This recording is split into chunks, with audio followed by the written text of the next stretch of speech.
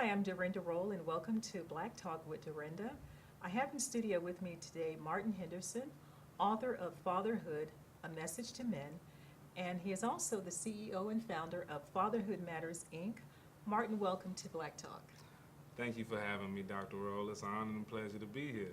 Well, it's wonderful to have you back Yes, with us. ma'am. Again, actually present in studio with us Yes, this yes. time. We did a remote, but I had to be here with the family, so Mhm. I had to see you. So thank you for having me Good. again. Very, very glad to have you. So today we're going to be talking about your book. Tell me what inspired you to write the book, Fatherhood, A Message to Men, and what is the message? Well, that's a great question. The thing that inspired me was my life, my personal story, and just being cognizant of what's going on in society today, Mhm. being aware that we have a fatherhood problem. Society does not promote fatherhood. It does not promote togetherness. Yeah. So I had a burning desire to write a book to educate, empower, and share with men the importance of fatherhood.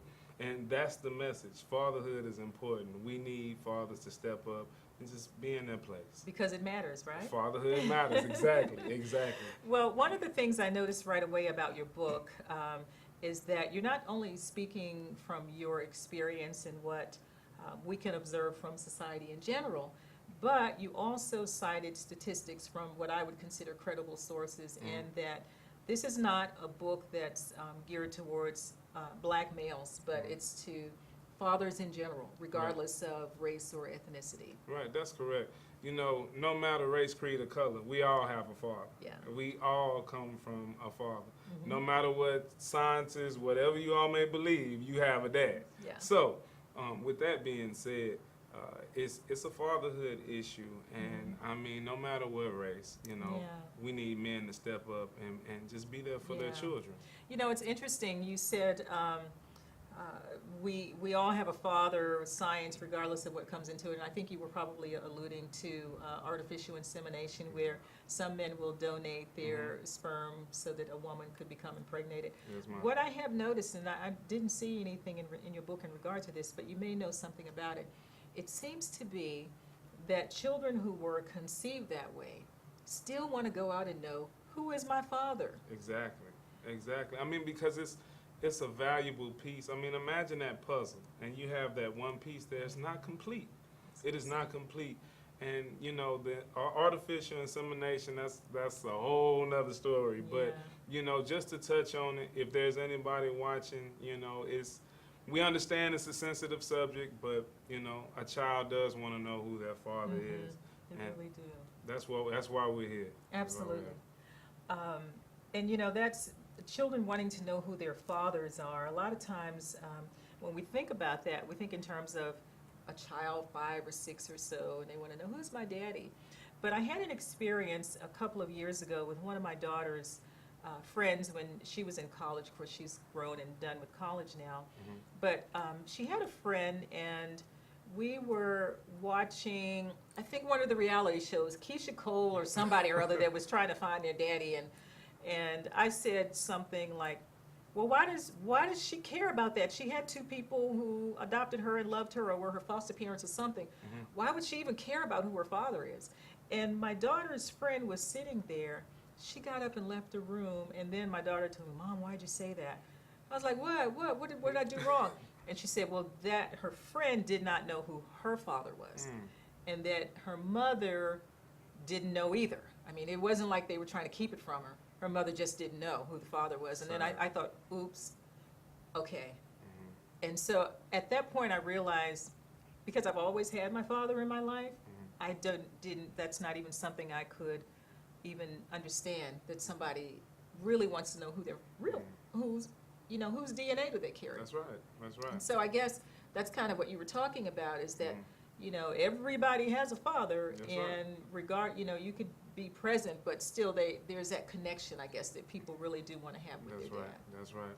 And part of my story, Dr. Roll, was not meeting my father until I was 6 years old, and I knew that I had to have a dad. Yeah. I was telling the story before. Bugs Bunny had a dad. The Smurfs. I saw everybody had a dad. Where's mine? It was a piece I knew in my life. It was like I walk this way, I talk this way, and I know it's not because of my mom. You know, Right. it was a valuable piece that was missing, and Mhm. you know, I'm grateful to God we have a decent relationship. Yeah. But the book, I really want to educate and empower men and let them know that they are needed. You Mhm. know, I have a chapter in my book called Daddy's Little Girl. Yeah. And I always tell men, and I know you love your dad. Give your dad a shout out, Doctor. I know this is your Yes. show, but Ellis Booker Jr., I love you. You know I do. You're the best dad in the world. I always tell you that. So. yeah, she told me about you, huh, Dad? But no, seriously, you know, I just Daddy's Little Girl. It's very. I tell men, your daughter is going to fall in love with you for the very first time. You're going to be the first man she falls in love with. Excuse me. Yeah. Or you're going to be the first man who breaks her heart. Mm. It's up to you. It's Yeah. up to you. But she needs to understand and learn how to be a woman from a man's perspective, you know. And I talk about that in the book as well because that's very important. And I brought up that chapter, Doctor, because I see more and more now with the music and the things of goodness. society, Yeah. females feel like the less I wear, he's going to like me. You know, he's going to want to be with me if I do this or I do that. But if you really get down to the root of it and you ask that young lady where her dad is, she really doesn't know or doesn't have a relationship Yeah. with him. That's kind of sad. So, what's your message to women, to mothers who may be raising a child without the father, or they're not in a marriage relationship or some kind of a daily relationship? What would be your message to women in terms of what they can do to encourage that relationship with the father? You said the key word, Doctor, encourage.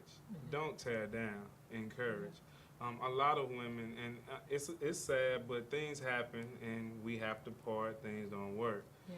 But we have to, and I say we because I've been through it and a lot of people just like me have. Sure. We have to keep in mind that it's about the child.